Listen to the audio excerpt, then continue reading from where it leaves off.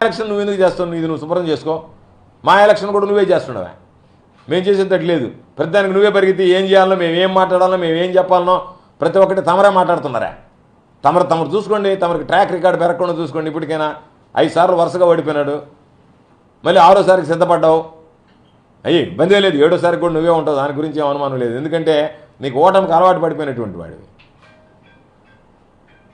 కాబట్టి అధికారులు వాళ్ళు చేశారా వీళ్ళు చేశారా అనేది అధికారులు ఎప్పుడూ తప్పుపట్టాం. అధికారులు కొన్ని చేయొచ్చు, కొన్ని చేయలేకపోవచ్చు.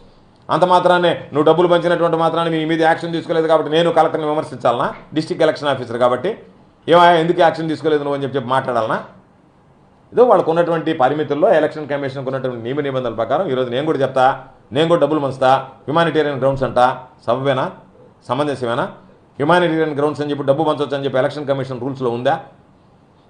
ఎక్కడ లేదే. అంత మాత్రం మనం ప్రెస్ మీట్లు పెట్టి అధికారులను ఇదిగో నువ్వు విధంగా చేసావు, నువ్వు విధంగా చేసావు అని చెప్పి మాట్లాడడం మొదలు పెడితే అధికారులు ఈయన వాళ్ళ పనులు వాళ్ళు చేసుకోలేరు. ఈయన మనకు సమాధానం చెప్పడానికి సరిపోతుంటుంది. కాబట్టి తప్పనిసరిగా కింద స్థాయిలో అధికారులు చర్యలు తీసుకున్నప్పుడు పై స్థాయిలో పెడతాం. నువ్వు ఏదైనా ఉంటే పెట్టి దాని మీద ఏదైనా ఉంటే ఏం జరిగిందనేటువంటి దాని మీద పూర్తి స్థాయి దర్యాప్తు చేయించు, దర్యాప్తు కోరదాం. ఈ వీడియో కానీ మీకు నచ్చినట్లయితే లైక్, కామెంట్, షేర్ చేయండి. మరిన్ని అప్డేట్స్ కోసం సబ్స్క్రైబ్ చేయండి.